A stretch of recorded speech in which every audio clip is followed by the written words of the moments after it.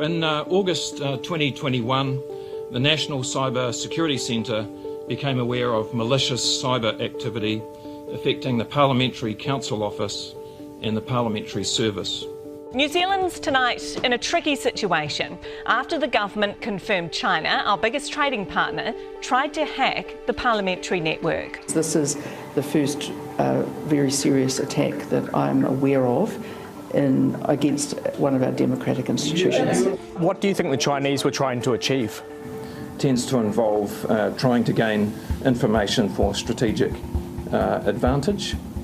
It involves the theft of intellectual property. One should not pin the blame on some certain countries without any factual basis, still less politicise this issue. China's reaction to the accusations from the government was fiery.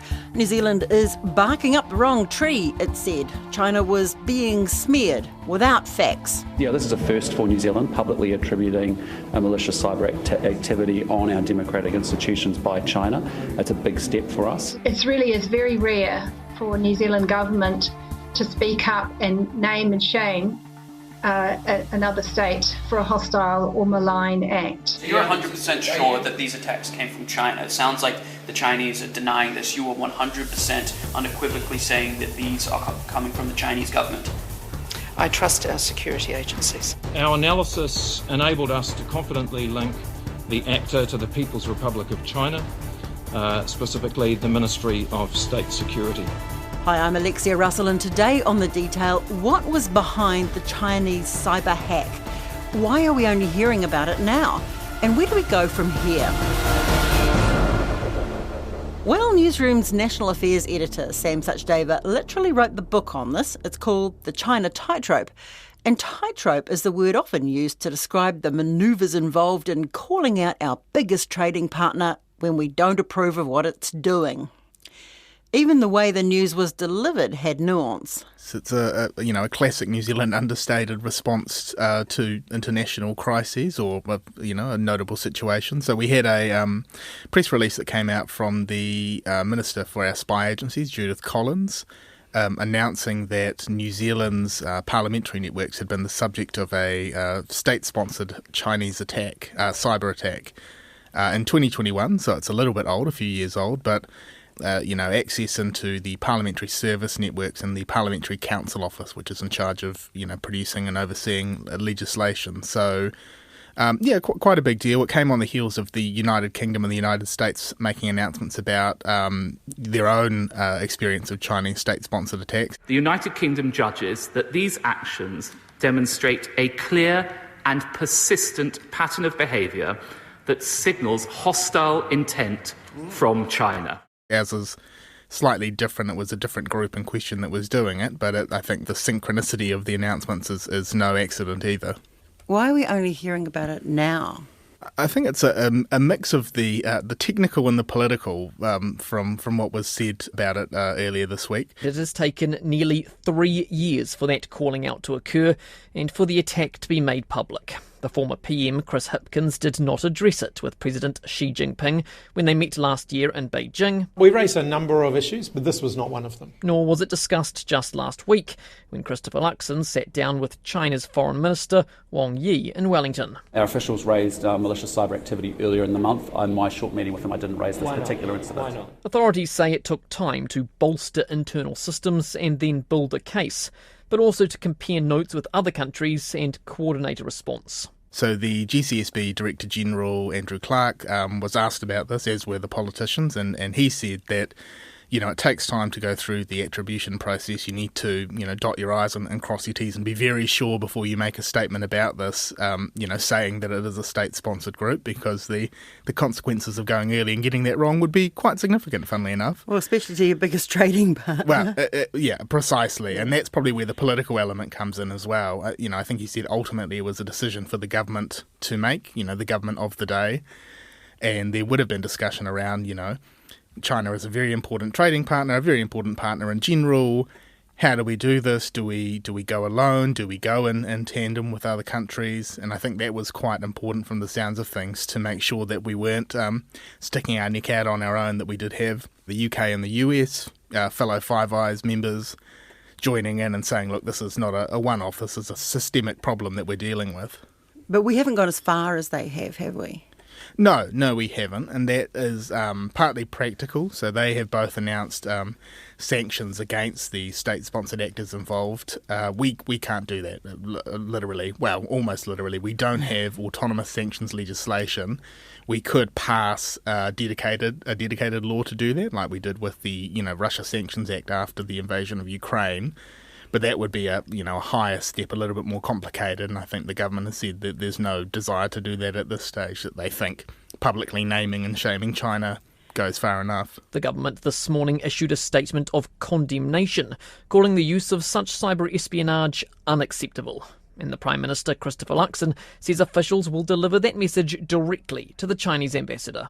We have seen a bipartisan approach to this in general, the attributing cyber attacks. So in 2021, Andrew Little was the spy minister, and he made an announcement about a different attack, but from the same state actor. The Chinese embassy in New Zealand has labelled claims that Beijing is behind state-sponsored cyber attacks as totally groundless and irresponsible. So there's been increased openness in recent years and a willingness to be a little bit more frank and say, look, this is state-sanctioned, state-sponsored activity from China. I'm sure the Labour Party will have been either looped in advance or certainly aware of this. I think, in fact, Andrew Little said that he was informed at the time of this attack, but obviously that attribution process takes a little bit longer. So I think there's a desire to have everyone on the same page and not be seen to be going off in different directions on very sensitive national security issues like this. Well, the timing's interesting too, because last week Luxon was hosting the Chinese foreign minister. So yes. Was this so that he didn't have to mention it? Would he have known about it at the time? I don't think he's explicitly said, but it is almost certain that he would have. And I think the calculus would be, well, maybe it would be taken more seriously if we raised it face-to-face in those meetings. But also, I think, had it been on the table and had it been announced when Wang Yi came into the country, that would have derailed the discussions around other areas, like the trade agreement, like, potential areas of cooperation, international students, addressing those issues. So it wouldn't have been in our interests, basically. Yes, I think so. It's again that kind of trying to find a measured response, and I think I can understand why they landed where they did, because that would have upped the stakes quite dramatically, and we probably would have seen even more serious retaliation from China had Wang Yi been seen to be embarrassed in that way. So, quoting the name of your book, it is the China tightrope. Yes, it is a very fine line we walk, a tightrope, and I think this is an example of that. It's the ties with Western nations around security, but it is the economic factors with China. So, you had Judith Collins yesterday saying China is a very good friend, and we obviously have a long-term relationship with them, but what we are also never going to accept people attacking our democratic institutions. So there's a slight discordance there, really. Yes, one of the headlines says, friends don't let friends hack each other. Yes.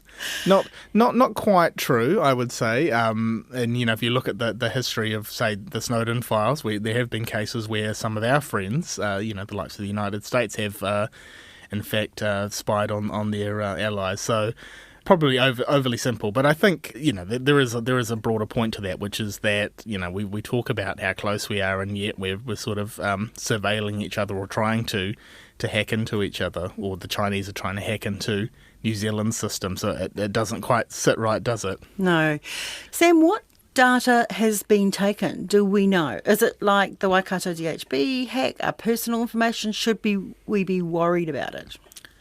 We don't know much. Unsurprisingly, the spy agencies are being very cautious about what they're saying, but you had the GCSB Director General say that... I'm not going to go into the details of the data specifically, but I will say that from the analysis that's been conducted, that information of a sensitive or strategic nature was not removed from the system. So that's a good sign if we take them at their word, and I think we have to. That there was nothing overly sensitive taken. I think there potentially was some personal information that may have been removed, but the exact nature of that we're not sure. I think that the phrasing they used is that it was technical information that would have potentially set the stage for a further attack to happen had it not been caught by the authorities and some measures put in place. So few question marks, but I think the worst case scenario has been avoided. I mean, Anne-Marie Brady, who's neck deep in all this, she believes that the very, very vital information was safe, that the systems are robust. Yes, yeah, and I think that's right. From what Anne-Marie has said and from what we've heard from the GCSB and the government, I think if that was not the case and if sensitive information, particularly sensitive information, had been removed, we may not have been told that, but we certainly wouldn't have had assertions that no, it's fine, nothing strategic was taken. We're going to get to the stage where we just type everything on pieces of paper and hand them in. That's it. Maybe that's the safest. We can just have face-to-face conversations. meet in parking lots. No, this is the sort of the nature of the digital age that we live in. Is that you can have a lot of digital communications. Yes, there are risks there. It's not going to be foolproof, the measures that you put in place, but certainly I think you can be. There's a personal awareness, but then there's also sort of institutional systems and security that can be put in place to stop things like this from happening. Who is actually physically doing the hacking? Is the Communist Party of China outsourcing this job, or is it just benefiting from the work?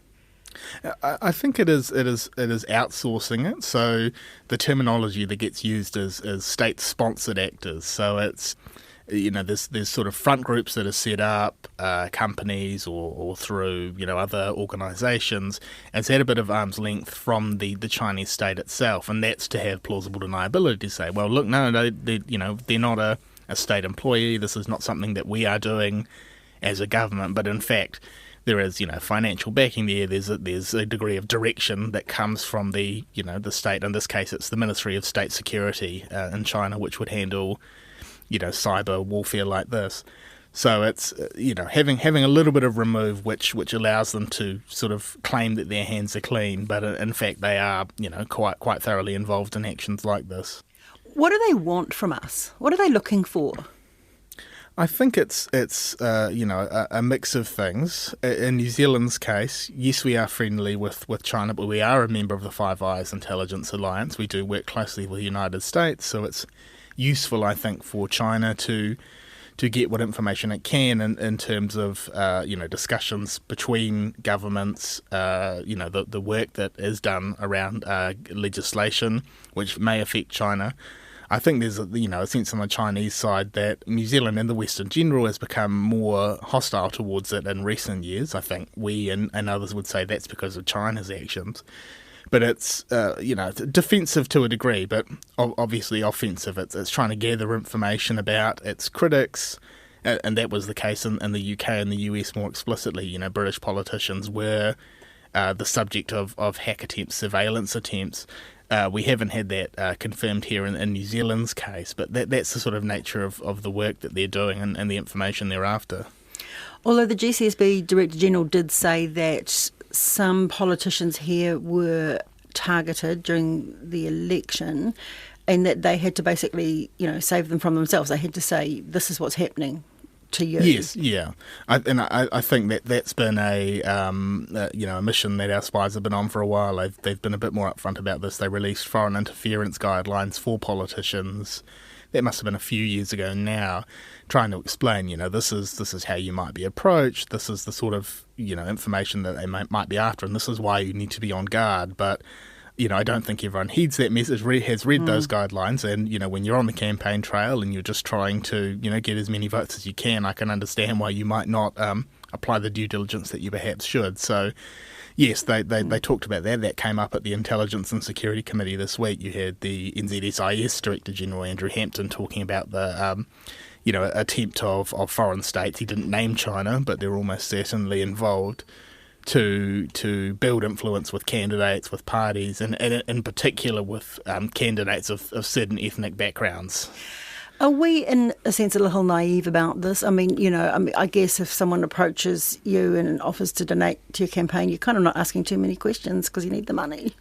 Yes, yeah. I think we're becoming a little bit more alert and aware. There is still a ways to go, I think. So I think, yeah, it would be fair to say there is a degree of naivety that is starting to change, but we probably need to, look the gift horse in the mouth a little bit more, I think, when it comes to things like this. And certainly in terms of financial contributions, party donations, and that is something we've been talking about much more recently after some, high-profile court cases, but influence building more generally, it's not just about money. I think it's a need to be on guard and to, if it seems like something's quite slightly off, try and verify this and figure out, if there are any ulterior motives. So what does this attack mean for how New Zealand views China, looking ahead, and as it thinks about issues like AUKUS and China building infrastructure in the Pacific, getting a growing influence there? Do we take a different tack? Look, I don't think it does wonders for the relationship, to state the obvious. Things have already been, tightening up. I spoke to Jason Young at the New Zealand China Contemporary Research Centre, who said there's been a narrowing of the relationship, and I think that's a good way to talk about it. It's, for all that we talk about taking things to the next level, which was the sort of language used after Wang Yi's visit recently. You've got issues like Hong Kong and the national security laws there, Taiwan, Xinjiang with the Uyghur Muslims. The more time you spend talking about those sort of challenging aspects, I think the less time it leaves you to address the more positive aspects of the relationship, like our trade links and people-to-people connections. So those things aren't going to go away. We're going to continue to have a strong trade relationship with China, and I don't think anyone says that we shouldn't, really, but it just becomes harder, I guess, because you see these areas where we disagree with China more than where we agree, and that just takes up more and more space. We can't ignore those issues, though.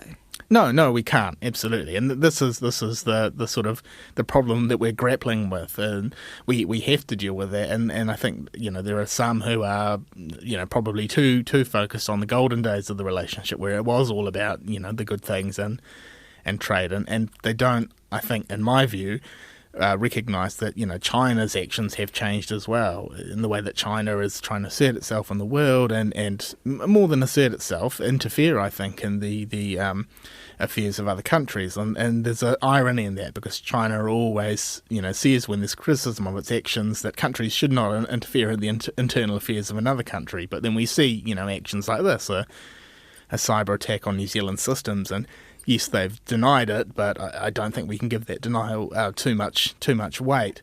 That's a cultural thing, isn't it? That they will always deny that they've done something, even if it's bang smack obvious and right in your face. Yeah, and there is, there's that element of plausible deniability there, and that's why, I think we've talked about this, why you would use a state-sponsored group rather than doing it directly. You can kind of make a claim that our hands are nowhere near this, even if that's not the case. But yes, they've always been very fervent in their denials of any wrongdoing when it's raised, with them. The embassy urges New Zealand to stop its mudslinging, to abandon its Cold War mentality. Fiery response from the Chinese embassy. They say they outright reject what they say are the groundless and irresponsible allegations by the New Zealand government. In a statement, the Chinese embassy says China expresses strong dissatisfaction about and firm opposition to the claim. The Chinese embassy in New Zealand has denied the claims, calling them a malicious smear.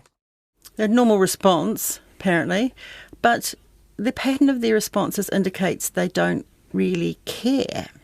Does China care about the New Zealand relationship? I think they do.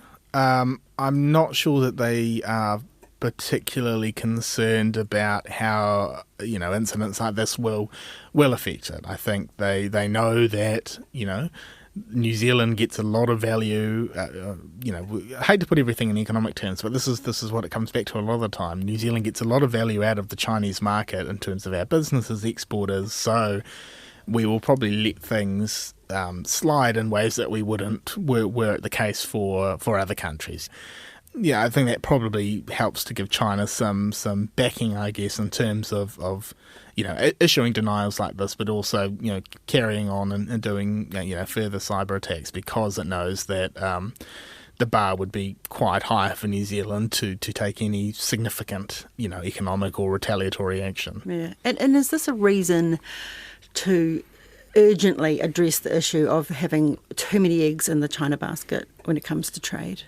It certainly helps to make the case for that, doesn't it? And that is something that the last government was working on, and this government has indicated it would continue to do. We've got the trade deal with the EU that's is coming into effect from the 1st of May, the UK deal that's been in place since last year. So those sort of things start to build up that diversification and being able to spread your business around a little bit more. That will take time, because businesses have put a lot of effort into the Chinese market and they've been encouraged to do so. So it's not about pulling all your resources or your staff out of China and putting it elsewhere, but it's saying, yes, let's keep working with China, but actually let's put a little bit more effort, more time into these new markets that, have improved, existing markets, but with new and improved access for us, and help to spread the load a little bit more. So if something goes really bad, that we're not going to be, severely affected. Will we ever be able to trust China? In other aspects of the relationship, sure. I think trust is being eroded. But, we don't necessarily trust the United States on everything either. If we think about things like the steel tariff action that was taken under Donald Trump, and the possibility of, a second Trump presidential term, and what that would mean for New Zealand, there are ways to navigate around it, but it certainly makes it harder. So I think, that trust is not necessarily as strong as it has been in the past in the New Zealand-China relationship, and that is going to affect the way that we can work with them. So, things like, trade, that'll carry on, but in terms of, new areas of cooperation, we used to train together and do defence training. I don't think that's happening anymore. Other areas of potential expansion, I think, are off limits just because we can't fully be sure that, we can take China at its word. Mm. And was this a particularly egregious attack, given that it goes to the heart of our democracy, right into Parliament buildings? It is particularly striking, isn't it? So, Chinese cyber attacks are not new in New Zealand. There have been reports in the past, as we've talked about, but those have been largely focused on commercial actors, and that doesn't legitimise them or excuse them, but it's, when it's just for money, it kind of feels a little less personal, right? But when you've got it, targeting theoretically our MPs, our ministers, our democratic institutions, it does feel worse. So I think it certainly takes it up a couple of notches in terms of how we feel about it as a country and how our politicians have responded. I don't think, even if it was we were more measured than we could have been, I think it would have been, even further down the chain were it not something that was targeted at our political institutions, because we do value those as very important and critical to who we are as New Zealanders. That's all for today. The Detail is supported by RNZ and New Zealand On Air. This episode was engineered by Jeremy Ansell and produced by Gwen McClure and Davina Zimmer. Thanks to Sam Suchdeva. I'm Alexia Russell. Mā te wā.